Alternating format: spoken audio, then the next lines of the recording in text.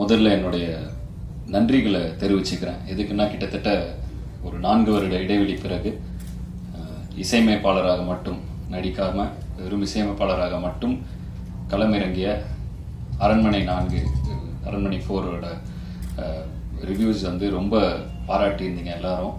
So ஒரு நிறைய கமெண்ட்ஸ்லாம் பார்த்துட்ருப்பேன் ஜென்ரலாக நெட்டில், ஆதி நான் கம்பேக்னு. ஸோ திரும்ப இசையமைப்பாளராக வரும்பொழுது நீங்கள் அவ்வளோ பாராட்டியிருந்தீங்க. அண்டு முந்தானத்து யூடியூப் எதேச்சியாக பார்க்குறேன், படத்தில் 3 பாட்டு ட்ரெண்டிங் 1, ட்ரெண்டிங் 2, ட்ரெண்டிங் 3ல இருந்துச்சு. ரொம்ப சந்தோஷமாக இருக்குது. ஏன்னா பந்தயத்தில் ஓடிட்டு இருக்கிற குதிரைக்கு அது பெருசாக தெரியாது. ஓய்வு எடுத்துகிட்டு வரும்பொழுது பார்வையாளரின் உற்சாகத்தை பொறுத்து தான் அந்த குதிரையின் வீரியமும் அந்த பெர்ஃபார்மன்ஸ் இருக்கும். ஸோ அதனால் வந்து உங்களுடைய உற்சாக வரவேற்பு வந்து எனக்கு ரொம்ப சந்தோஷமாக இருந்துச்சு. இது மேலும் ஒரு பொறுப்புணர்வை கொடுக்குது. ஸோ நீங்கள் எழுதின விமர்சனங்களுக்கும் ரசித்த ரசிகர்கள் அனைவருக்கும் ரொம்ப நன்றி. அரண்மனை 4 நல்ல வெற்றி நடை போட்டுக்கொண்டிருக்கு. ரொம்ப சந்தோஷமாக இருக்குது. அண்ட் அந்த பாசிட்டிவிட்டியிலே அடுத்த வாரம் இப்போ 4 நாள் முன்னாடி இந்த படத்துலேருந்து குட்டி பிசாசின்னு ஒரு பாட்டு ரிலீஸ் பண்ணோம். அது அப்படியே இப்போ தான் 9th ட்ரெண்டிங்கில் அதுவும் டாப் 10க்குள்ளே என்ட்ரு ஆகிருக்கு. இதுக்கப்புறம் தான் ப்ரொமோஷன் ஆரம்பிக்க அதுவும் மேலே போய்டும்னு நினைக்கிறேன்.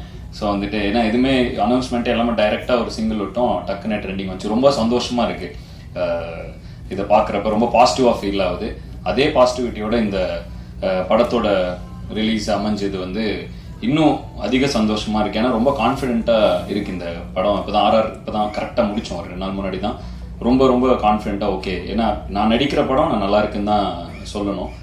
அதையும் தாண்டி ஒரு பார்வையாளராக இந்த படத்தை பார்க்கும் பொழுது, ஜஸ்ட் ஒரு ஆடியன்ஸாக நான் இதை பார்க்குறப்ப ஒரு பயங்கர ஹாப்பியான ஃபர்ஸ்ட் ஹாஃப், ஒரு பயங்கர சாட்டிஸ்ஃபைடான ஒரு இன்டர்வல் பிளாக், அண்டு பொதுவாக எனக்கு ரொம்ப எமோஷ்னல்லாம் வராது. ஸோ வந்து படம் பார்க்கும் பொழுது ரொம்ப ஒரு எமோஷ்னலான சீன்னா லைட்டாக ஒரு சின்ன ஒரு இது மட்டும் இருக்கும், ஒரு லைட்டாக கண்கள் ஈரமாகும், அவ்வளோதான். ஸோ அந்த மாதிரி ஒரு மூமெண்ட் இருந்துச்சு இந்த படத்துலையும். செகண்ட் ஹாஃபோட மிடில் கரெக்டாக அது செகண்ட் ஹாஃபோட மிடில் அப்படி ஒரு மொமெண்ட்.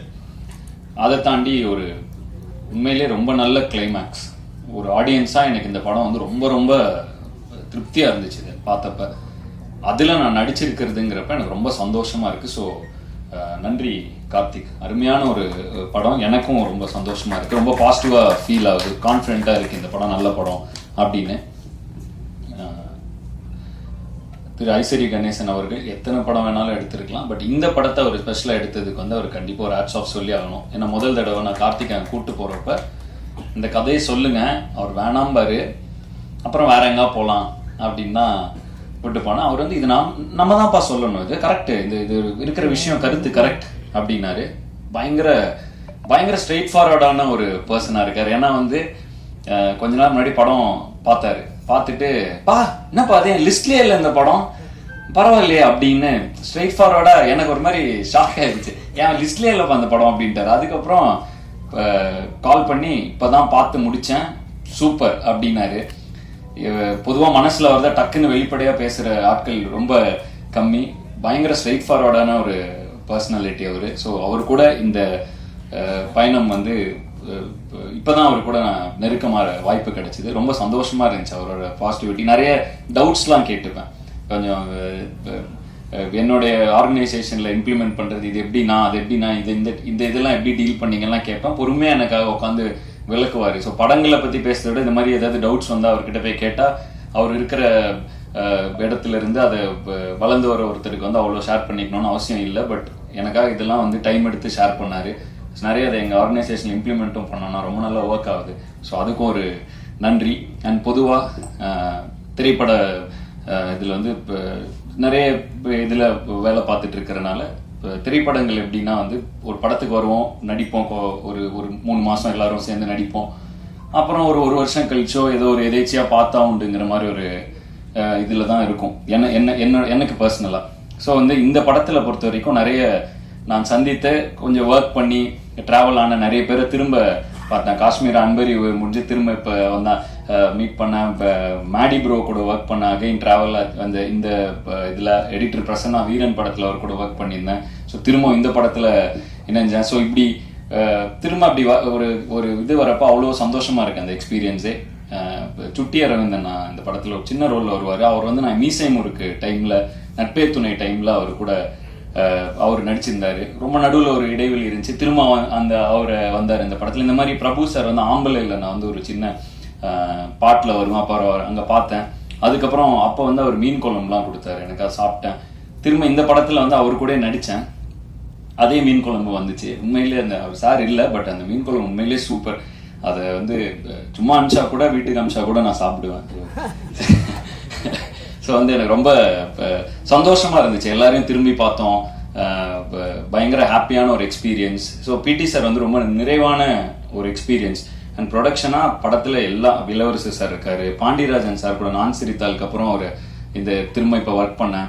அவர் அவ்வளோ சந்தோஷமா இருந்துச்சு அவர் கூட ஒரு 10-15 நாட்கள். ஸோ ரொம்ப நிறைவான ஒரு எக்ஸ்பீரியன்ஸாக பிடி சார் இருந்தது. வந்து அதுக்கு நன்றிகளை வந்து அவங்க production team, Prabhu sir, Ashwin, Vicky, Arunachalam production manager அவர்.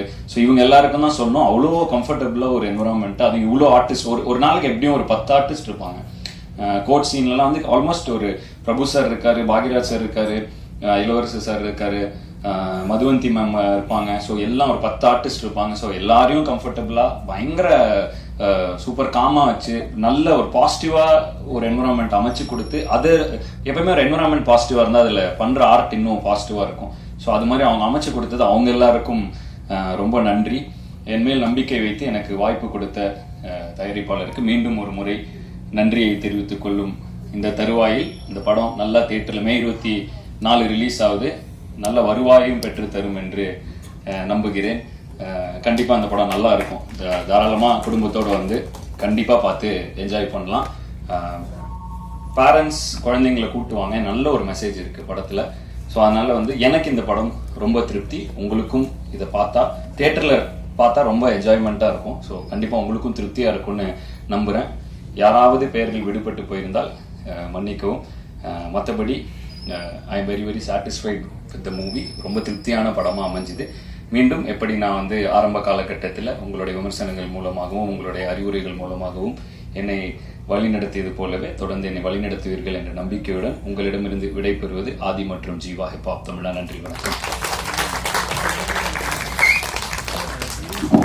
குரூப் ஃபோட்டோக்கான டைம். டைரக்ஷன் டீம், அந்த டைரக்ஷன் டீம் அவங்கெல்லாம் அங்கே இருக்காங்க. நான் இங்கே இருக்கேன்னா அவங்கெல்லாம் அங்கேருந்து அவ்வளோ ஒர்க் பண்ணதுனால தான் இப்போ இந்த இடத்துல கண்டென்ட் டெலிவர் பண்ணுற வரைக்கும் அவங்களோட எஃபர்ட் தான் அதிகம். ஸோ டைரக்ஷன் டீமுக்கு இந்த இடத்துல நான் என்னோட பெரிய நன்றியை தெரிவிச்சுக்கிறேன்.